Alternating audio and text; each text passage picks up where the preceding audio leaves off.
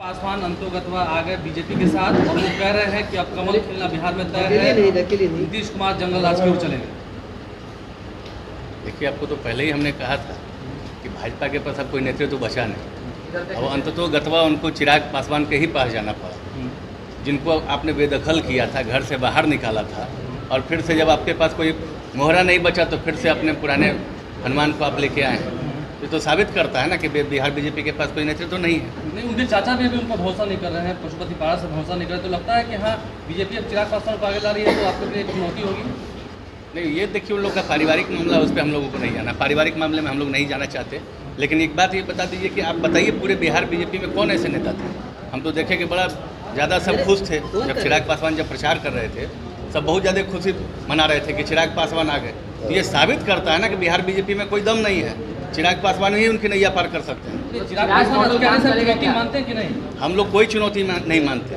जहाँ महागठबंधन की सरकार है, आपने देखा होगा 2015 में क्या हुआ था, और फिर 2024 और 2025 में हम लोग वैसे ही स्वीप हम लोग करने वाले। वो तो कहते कि जमुई जाकर देखिए कितना काम हमने किया है, और जब काम हुआ तमाम बातों की देखिए, ये तो देखने की चीज़ है। कोई बोलता तो कहे ना कि बोलने से पहले बोलने वाला को मुँह नहीं पकड़ा जा सकता है। लेकिन नेता ने कहा है कि जो नौजवान है, तेजस्वी जी नौजवान है, तो आने वाले समय में इन लोगों को आगे बढ़ाना है। तो निश्चित रूप से तेजस्वी यादव के यंग हैं, लंबा भविष्य है, बड़ा पॉलिटिकल उनका पारी खेलने के उनके चांसेस हैं।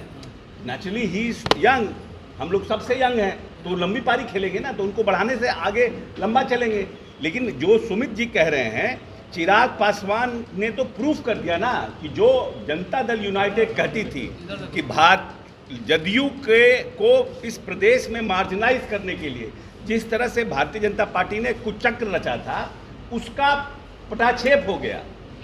हम तो बार बार कहते हैं कि चिराग पासवान जिस तरह से 2020 के चुनाव में जिस तरह से उन्होंने भारतीय जनता पार्टी के साथ मिलकर के जदयू को इस प्रदेश में मार्जिनाइज करने के लिए कुचक्र रचा था, उसका भाजपा के साथ जाने से ही पर्दाफाश हो गया कि ये पूरा मिलीजुली सरकार थी और मिलकर के इन्होंने नीतीश कुमार के लीडरशिप को मार्जिनाइज करने का प्रयास किया। और जो निर्णय हमारा है कि हम भाजपा को छोड़ करके जदयू के तरफ, आरजेडी के तरफ आए हैं, वो मेरा सही निर्णय है। तो वो कह रहे हैं कि बूढ़े हो गए, उनसे बिहार नहीं समझ रहा है। किनसे? नीतीश जी से। अरे अब ऐसा है कि अब नीतीश जी के ऊपर न कोई भ्रष्टाचार का आरोप है। इन 17 वर्षों के कार्यकाल में नीतीश जी के पास इस प्रदेश को 32,000 करोड़ से 2,18,000 करोड़ का बजट करने का काम नीतीश कुमार ने किया। इस प्रदेश में मार्जिनलाइज जो था, SC ST, अति पिछड़ा, महिला, उनको राजनीतिक रूप से, सामाजिक रूप से, आर्थिक रूप से सशक्त करने का काम नीतीश कुमार ने किया। तो 17 वर्ष में बिहार का परिदृश्य बदला है। कोई आप किसी से भी जात के लोगों से पूछ लीजिए नीतीश कुमार ने कैसे काम किया।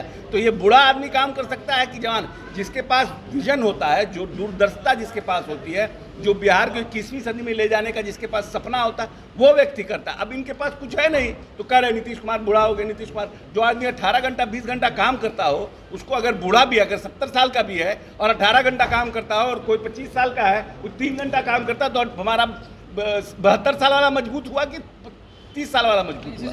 हमसे जुड़े रहने के लिए हमारे YouTube चैनल को सब्सक्राइब करें और नई वीडियो की नोटिफिकेशन के लिए बेल आइकॉन को दबाएं। अगर आप ये वीडियो Facebook पर देख रहे हैं तो लाइक जरूर करें और ज्यादा से ज्यादा शेयर करें। धन्यवाद।